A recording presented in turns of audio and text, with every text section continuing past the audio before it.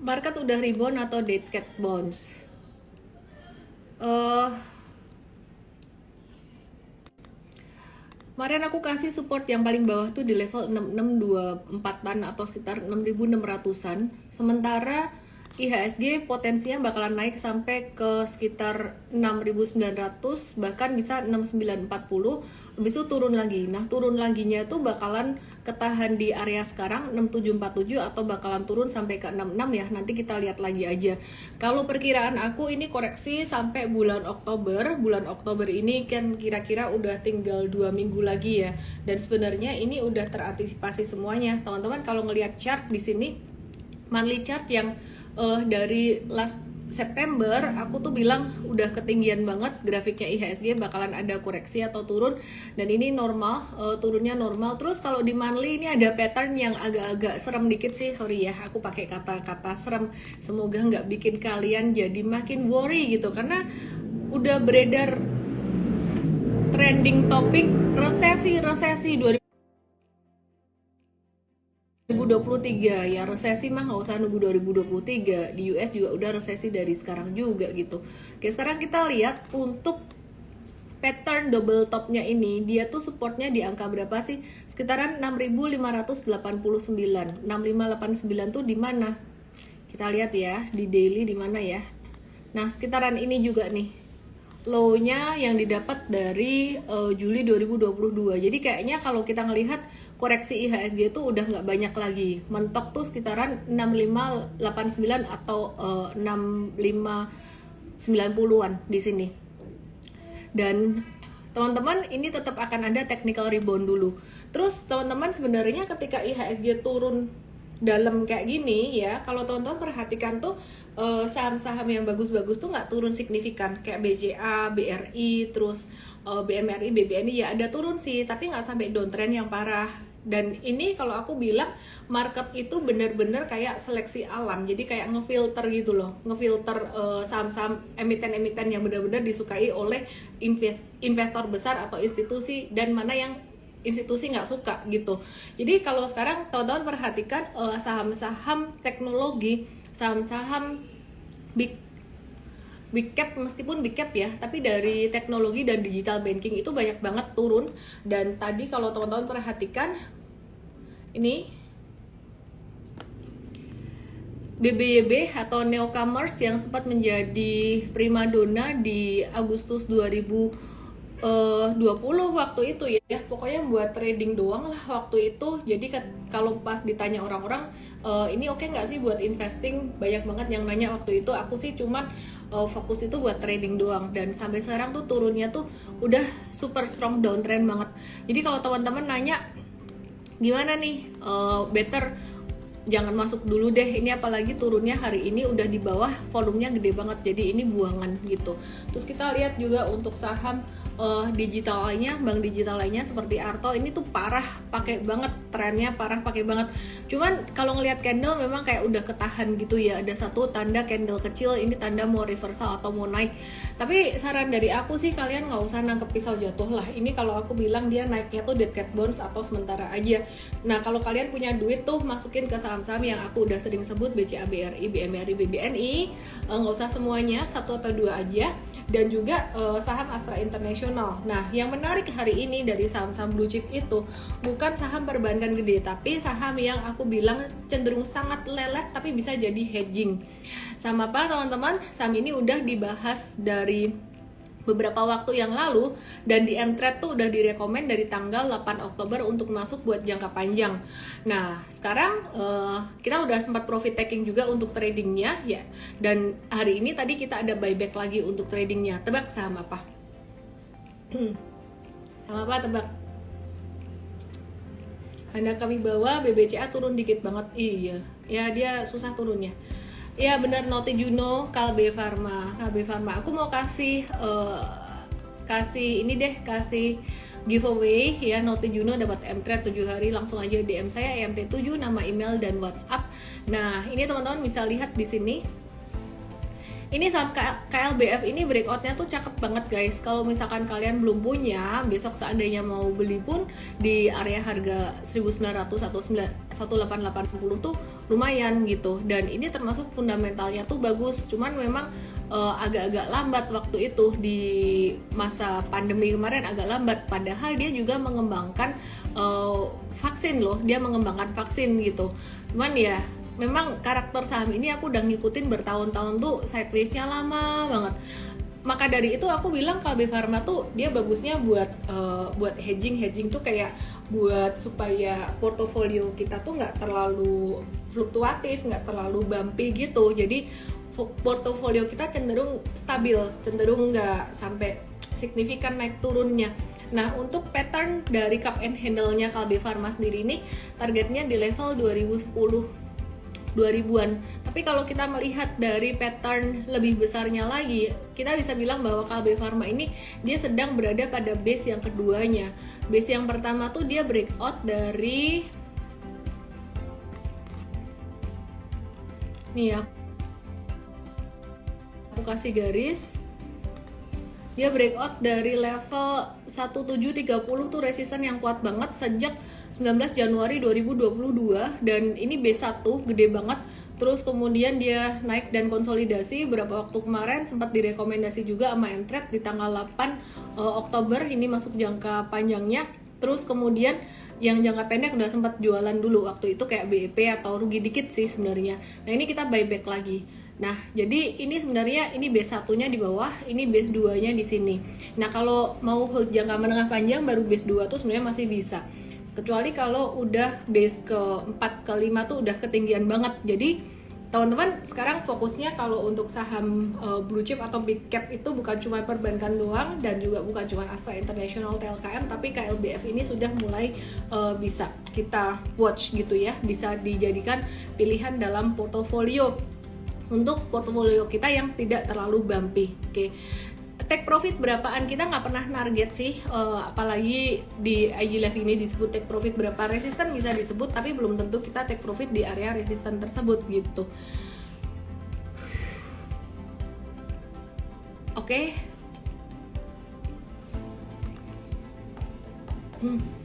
Pada nanyain, ada yang nanyain Sido, bukan pada sih, ada yang nanyain Sido as anticipated dia turun lagi seperti yang kita bahas beberapa hari kemarin. Sido masih bisa turun nih gitu, jadi mungkin dalam 1 bulan ini tuh masih bisa ada koreksi gitu. Tapi kalau teman-teman yang fokusnya buat investasi jangka panjang, boleh nih nyicil-nyicil beli dikit-dikit untuk saham Sido muncul ini. Tapi kalau untuk trading jangan dulu ya, sabar-sabar dulu aja.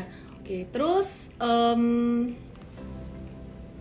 hari ini market value-nya 14,4 triliun rupiah, mendingan dibandingkan dengan market value pekan lalu yang sekitaran 13 triliun, 11 triliunan gitu.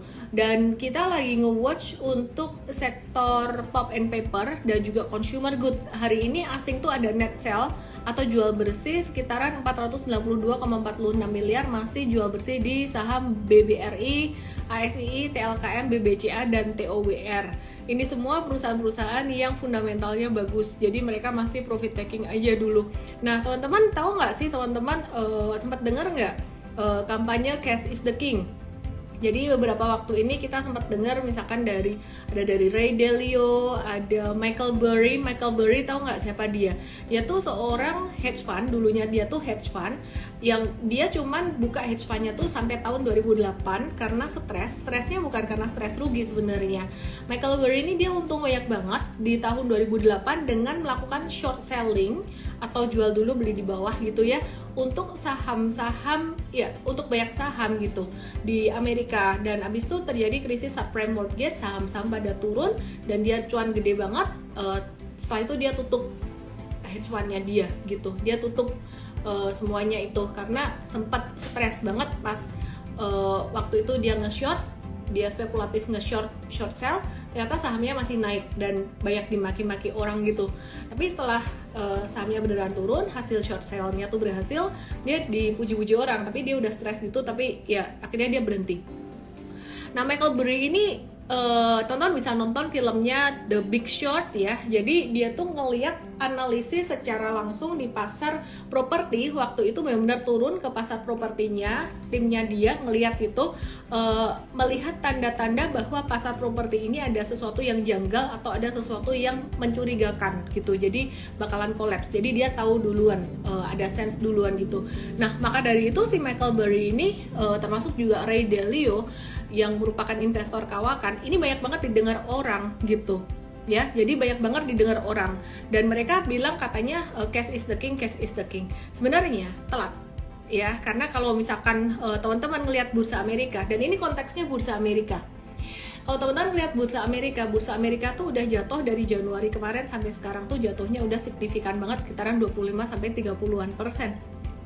Jadi gak heran kalau Michael Burry, Ray Dalio dan kawan-kawan tuh bilang cash is the king, yang sebenarnya udah quite a while ago. Jadi teman-teman jangan terus ambil itu untuk di copy paste ke Indonesia yang memang kondisinya ya gak bisa 100% disamakan.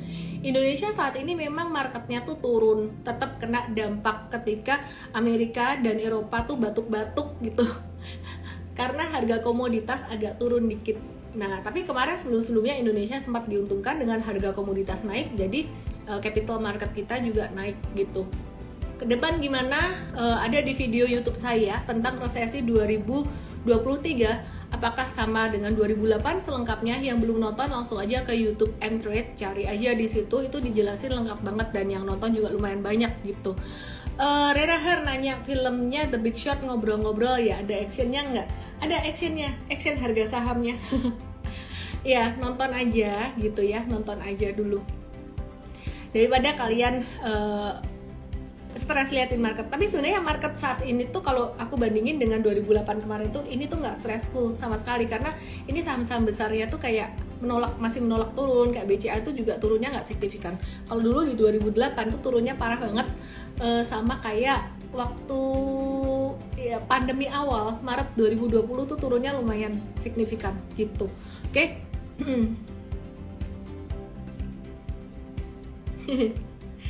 Resesi setelah akad. Anggolo P siap-siap. Kakak public speakingnya bagus banget ya. Oh gitu ya, thank you. Anyway, Astra International, aku suka dengan saham ini. Cuman ada plus minusnya. Plusnya tuh dia kedorong dari United Tractor. United Tractor itu dia bisnisnya kontraktor batubara, terus kemudian ada alat berat dan juga batubara itu sendiri, dan diuntungkan dari kenaikan harga komoditi batubara selama tahun 2022 kemarin. Akhir-akhir ini harga batubara agak turun dikit, tapi masih cukup oke, masih cukup diuntungkan. Jadi dia masih memberikan kontribusi sekitar 30-40% buat Astra International. Cuman Astra Agrolestarinya yang turun gitu. Kalau dari kacamata jangka panjang masih oke. Kalau dari kacamata trader juga ini masih mendingan dibandingkan saham-saham second liner yang saat ini menurut aku agak-agak riskan. Jadi di kondisi market seperti ini, kalaupun naik, yang naik adalah saham-saham yang fundamentalnya bagus duluan gitu. Nah ini Astra International agak ketahan area support di 6275. Tadi yang trade sih ada buy on weakness di area ini, lumayan low risk ya. Jadi kita melihat IHSG akan ada sedikit technical rebound. Ini ada potensi untuk swing trading. Buat kamu yang nggak siap swing trading, jangan swing trading dulu, karena kalau di M-Trade itu dibantu secara real time. Jadi kalau jualan ya kita akan kasih tahu secara real time. Beli-beli mau IPO gimana tuh? Ya beli-beli sektor, kelihatannya kayak sektor teknologi ya, tapi yang menarik dia punya range market juga, dan aku akan bahas tentang beli-beli ini nanti kapan-kapan, beberapa hari lagi lah ya. Jadi kita kumpulin dulu data-datanya yang lengkap gimana, dan aku juga nggak ngerekomen kalian untuk beli, tapi aku juga nggak ngomong bahwa oh ini dihindari banget gitu, nggak juga gitu. Jadi kita amatin aja, karena beli-beli sendiri yang bikin menarik tuh sebenarnya satu, dia tuh masuk dalam ekosistem grup Jarum. Ekosistem grup Jarum ini gimana? Tahu nggak grup Jarum itu siapa? Itu grupnya masih satu saudara, satu keluarga dengan BCA, dimana mereka punya culture itu sangat bagus sekali gitu. Jadi culture di dalam mengelola perusahaan ini bagus. Mereka nggak suka bakar-bakar uang yang sampai jor-joran gitu, enggak gitu. Tapi kita lihat dulu, nanti saya lihat data dulu aja nanti ya, kita bahas berapa hari lagi, oke? Oke, terus aku mau bahas untuk nanti aku akan bahas untuk cadangan devisa bareng dengan Coach William dan neraca dagang. Kita akan bahas neraca dagang bareng dengan Coach William.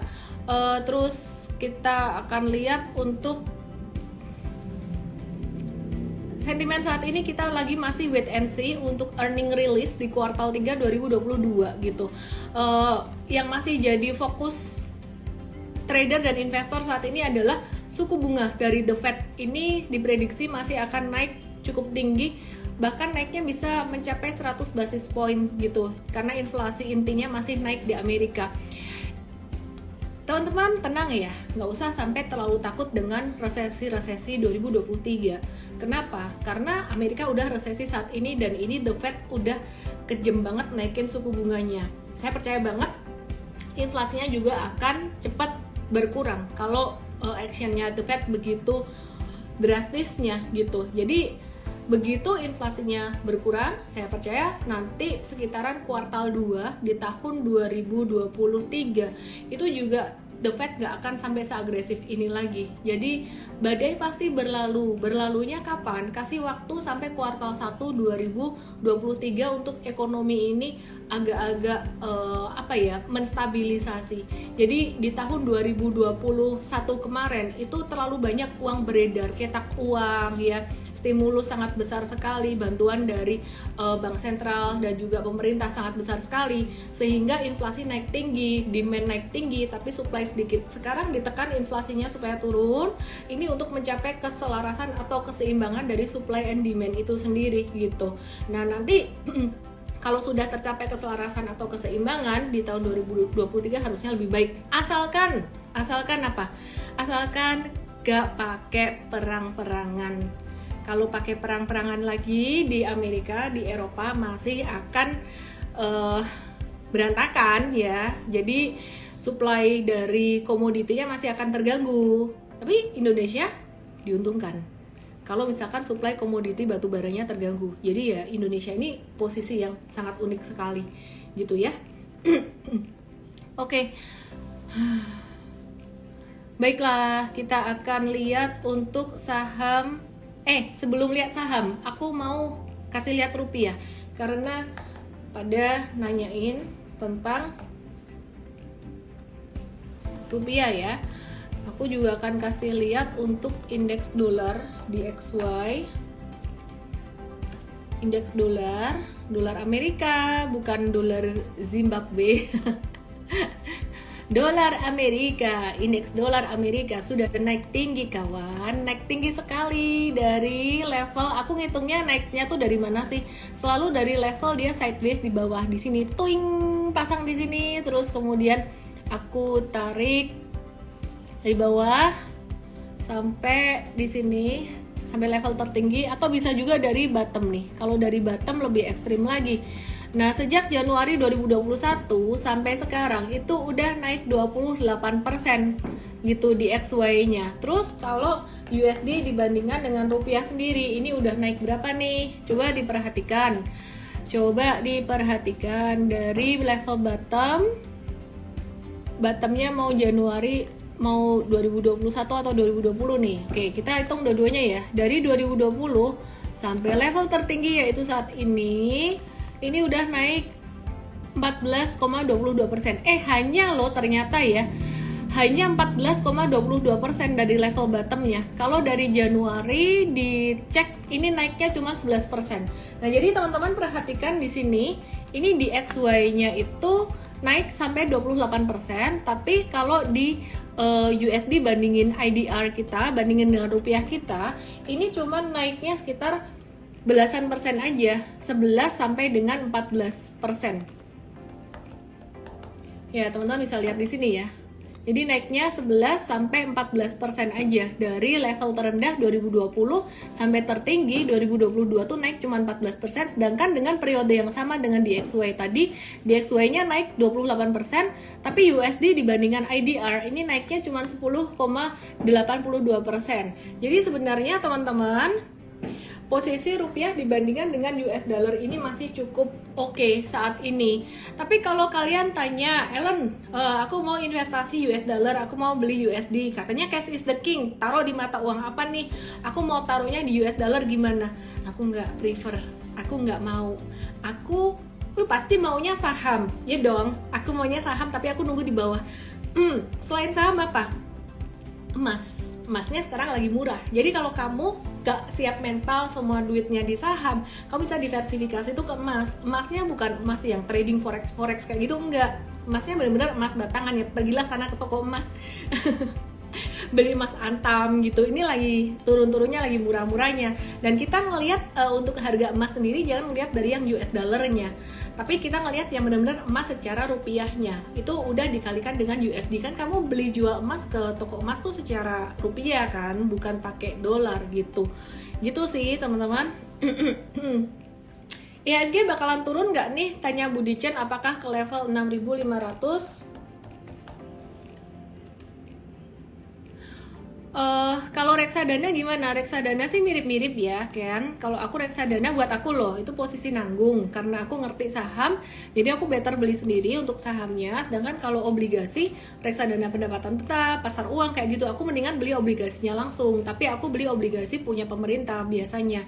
Nih ori ini masih bisa beli nih sampai 20 Oktober kalau nggak salah. FR juga masih bisa. Kalau FR sih banyak ya, banyak pilihan. Balik lagi ke IHSG karena ada yang nanya ini IHSG. Petnya IHSG dia bakalan mantul sampai sekitaran mungkin 6940-an, abis itu turun lagi. Turunnya bisa ke 6744, bisa juga ke level 6600. Siapin cash aja dan nggak usah sampai ketakutan yang gimana-gimana.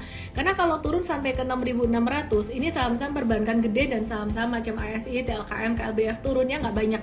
Yang turunnya banyak yang bikin IHSG hancur, turun banget tuh sebenarnya saham-saham big cap yang fundamentalnya kurang ya, yang masih banyak tantangan. Contohnya kayak GoTo, kayak Arto gitu. Oke.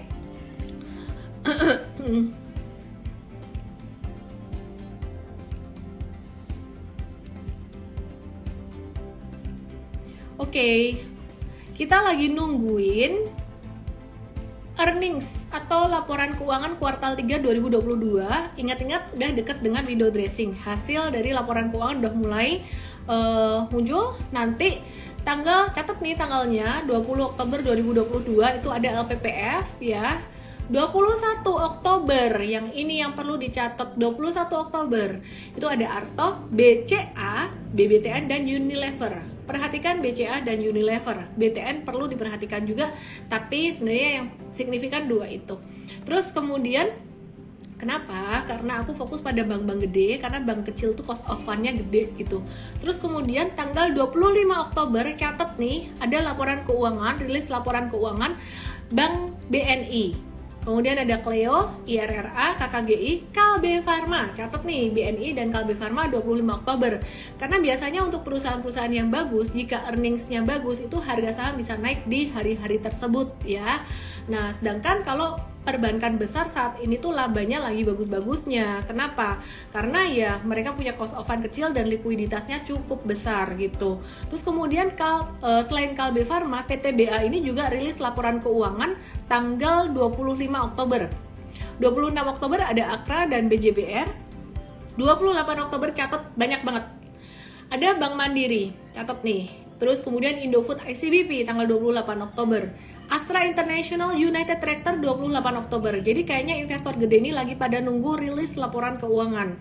Terus ada juga dari komoditi, ITMG, Harum, Indi, MDKA, Pegas, Tins, United Tractor tadi aku udah bahas, itu di 28 Oktober juga. Kemudian BRIS dan BNGA ini fundamentalnya juga bagus juga, itu di 28 Oktober. Catat laporan keuangannya keluar di tanggal-tanggal tersebut. Lihat info rilis LK gitu di mana? Ada di web IDX. Oke.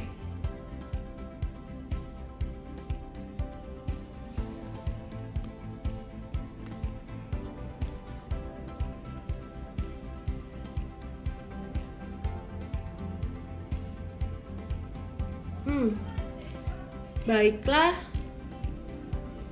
saya akan bahas, enaknya bahas apa ya? Coba ditulis di kolom question. BBRI belum ada tanggalnya. Cepat-cepat amat sih. Mau diulang. Mau diulang. Daswita, Laura, BBCA, BBRI tadi kayaknya udah aku bahas ya. Udah belum ya? Oke, aku bahas ulang. BBCA, BBRI masih belum kemana-mana. Ditunggu aja koreksinya. Kalau IHSG turun sampai ke level support tadi, BCA paling cuman ke 8150 atau 8050 ya. Masih oke sih untuk ditungguin, dan menariknya kalau misalkan BCA turun sampai ke 8050 atau 8150-an, ini dia ngebentuk pattern flag yang cakep banget gitu. Jadi meskipun ini ada 3 lower high dan kemudian lower low ya, jadi downtrend, tapi ya anyway ini downtrend yang sifatnya sementara, dan aku masih nungguin BCA di 8.000-an. Terus kemudian BBRI di sini juga kayaknya turunnya nggak akan sampai dalam-dalam banget. Kalau IHSG turun ke level supportnya sekitaran level 4.200. The worst case scenario itu sampai 4.020, 4.050 kemungkinannya kecil di Oktober ini. Terus kemudian BBNI ya, jadi BBNI ini juga dia udah ada pantulan dikit. Kalau sampai turun banget, worst case scenario sampai 8.000, kemungkinannya ketahan di 8.200 dulu. Terus Bank Mandiri juga sama, dia ini termasuk kuat. Jadi selain BCA tuh kalau kita perhatikan chartnya yang paling kuat tuh BMRI sebenarnya, bukan BBRI atau BBNI. Tapi di sisi yang lain justru dia malah nggak turun-turun tuh, jadi nggak murah gitu loh, jadi agak mahal. Malah secara teknikal ya aku milih yang udah turun-turun kayak BBRI gitu. Jadi kenapa BMRI itu jarang masuk ke watchlist aku, karena dia ketinggian, jadi dia nggak turun-turun. Ini tren naiknya masih kayak gini, kita expect untuk dia bisa koreksi itu paling enggak sampai ke level 9.000-an. Dan kalau sampai level 9.000 menurut aku ini masih ketinggian. 8.800 ini juga ya angka yang cukup murah, tapi aku masih lebih prefer patternnya BBRI di sini. Oke ya, jadi diskonnya cukup lumayan. Andri Wijaya, saya masih optimis sama market Indonesia. Indonesia mungkin terjadi perlambatan ekonomi aja, nggak sampai crash, malah foreign mungkin berbondong-bondong invest di Indonesia kalau market di luar crash. Saya sangat setuju sekali, cuman saya nggak mau menebar terlalu euforia, meskipun saya sangat setuju sekali dengan Andri Wijaya. Itu selengkapnya ada di video YouTube saya yang ada di Mtrade, YouTube-nya Mtrade, teman-teman lihat ya. Jadi saya jelaskan semuanya, opini saya ini. Oke, market di Indonesia, ekonomi di Indonesia hanya kan slow down, nggak sampai yang parah-parah gimana. Oke, gak bakal dibaca tuh, tak baca. Marah-marah komennya nggak dibaca. Oke, sebentar ya.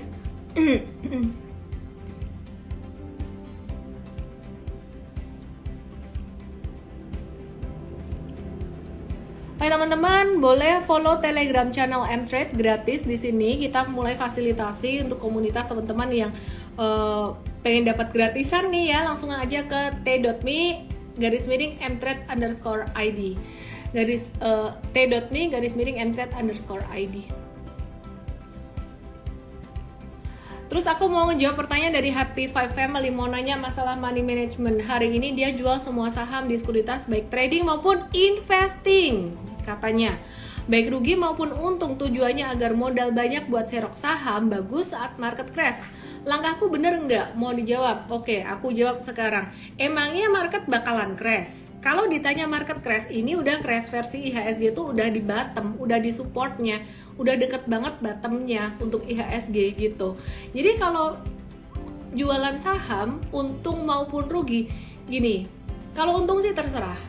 untung itu menangan, posisi untung kamu mau jual posisi berapa aja terserah, tapi aku harap ruginya tuh bukan rugi yang nyangkut sampai puluhan persen terus teman-teman langsung jual-jual begitu aja demi untuk switch ke saham yang lain. Be very careful di sini gitu ya, karena jangan-jangan abis di cut ini IHSG mantul terus kemudian naik lagi gitu ya.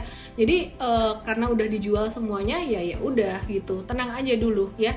Nanti untuk ngeberesin portfolio nggak ada kata benar salah, yang ada adalah semakin hari semakin baik. Oke?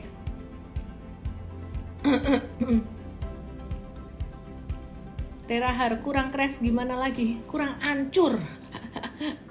Windrest dulu lah sebelum resesi. Resesi dulu baru Windrest. Udah resesi, US udah resesi, is. Bahas saham yang berhubungan dengan pangan terutama beras, ada emiten apa aja.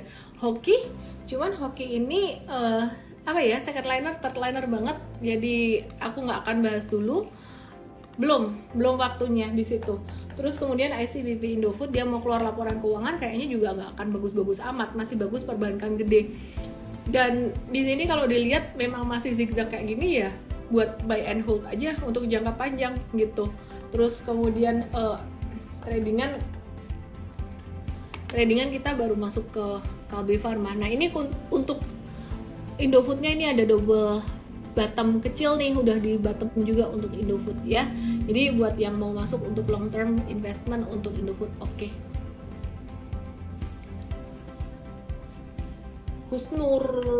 Husnuraisen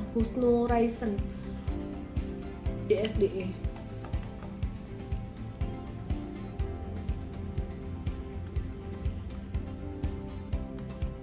Udah disupport semua, kebanyakan saham properti udah disupport, aku singkat aja. Terus ada yang nanya ini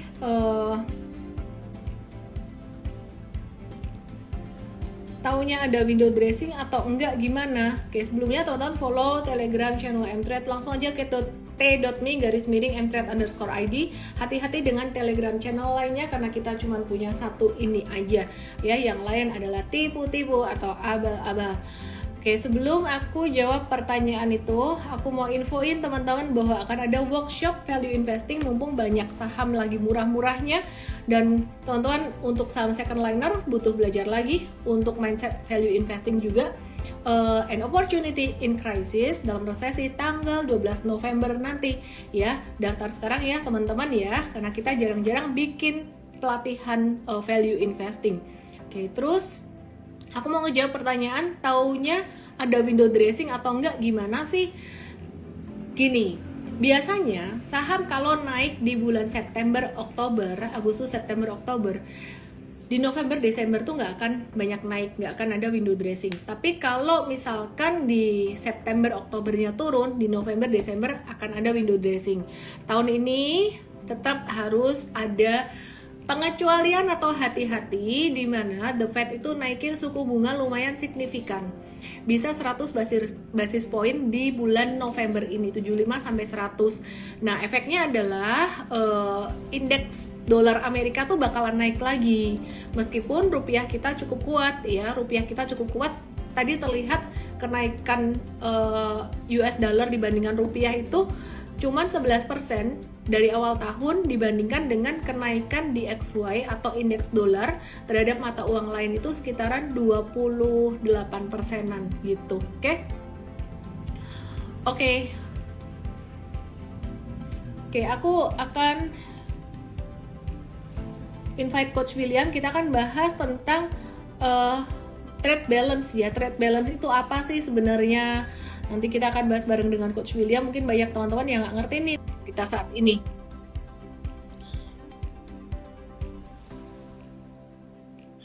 Aku menengahi dulu lagi. Cuannya akeh mesti. William, kita mau bahas tentang trade balance atau neraca dagang. Mungkin bisa dijelasin dulu neraca dagang itu apa supaya teman-teman di sini yang masih pemula mereka juga ngerti. Oke, jadi gini, by the way, selamat malam teman-teman semua. Jadi begini ya, kalau kita bicara tentang trade balance kan, atau bahasa Indonesia itu seperti neraca dagang gitu ya. Jadi neraca dagang itu merupakan salah satu indikator ekonomi yang dipakai oleh suatu negara untuk mengukur berapa sih pendapatan yang diterima oleh negara gitu ya. Jadi simpelnya trade balance adalah selisih dari nilai ekspor dikurang nilai impor. kalau nilai ekspornya lebih besar, artinya kan kita dapat surplus ya, mendapatkan pendapatan lebih lah. Tapi kalau misalnya nilainya defisit, artinya seperti pepatah, lebih besar pasak daripada tiang. Dia lebih besar bebannya daripada pemasukan. Gitu. Jadi intinya adalah trade balance adalah salah satu tolak ukur penerimaan negara yang tiap bulan itu akan selalu dipantau oleh baik itu ekonom, pelaku pasar, investor dan sebagainya, termasuk pemerintah sendiri. Gitu. Nah, berkaitan sama neraca dagang gitu ya. Tadi kan kita melihat bahwa memang hari ini ada rilis ya neraca dagang ya, dan kita lihat memang sampai per bulan September ya neraca dagang kita itu masih surplus gitu ya. Kalau kita lihat itu nilainya sebesar 4,99 miliar US dollar. Ya kalau kita ukur secara tahunan ya itu naik sebesar 20,2% ya secara tahunan. Meskipun kalau kita bandingkan sama di bulan Agustus ya kita melihat neraca dagang kita itu sedikit turun ya, karena di bulan Agustus neraca dagang kita tuh di level 5,71 miliar US dollar gitu. Nah pertanyaannya kenapa turun gitu ya, ya mungkin ya make sense ya kalau kita lihat adanya normalisasi pada harga komoditi terutama batu bara gitu ya. Jadi so far oke gitu ya, dan kita lihat juga meskipun turun ya tetapi Indonesia trade balance-nya itu masih mencatatkan 29 kali berturut-turut surplus ya selama 29 bulan terakhir, dan itu harus kita apresiasi gitu. Jadi sejauh ini sih kalau kita bicara neraca dagang, kita pikir Indonesia masih dikatakan cukup solid gitu ya sampai per bulan September kemarin. Seperti itu misalnya. Oke, banyak yang nanyain ACS ya, aku sekalian jawab aja. Ini udah dipanggilin anakku. Oke, jadi teman-teman ada yang bilang nih, ACS nanti naiknya 2023. Saya setuju ya, karena tahun 2022 ini masih terdiskon banget, terus valuasinya juga masih terdiskon. Nanti untuk saham-saham yang turn around, terutama sektor retail, mungkin nggak 2023 deh, akhir-akhir tahun udah mulai nanjak gitu. Itu aja sih, ini mau sini, Bibi mau ikut. Mau tidur katanya. Oke, thank you Coach William, thank you juga buat teman-teman semuanya. Jangan lupa ikut workshop Zero to Hero Value Investing and Opportunity in Crisis 12 November. Langsung aja daftar di mtrade.id/workshop. Selamat malam semuanya, tetap semangat, nggak usah terlalu banyak mikirin resesi, yang penting sehat selalu. Salam profit, dadah.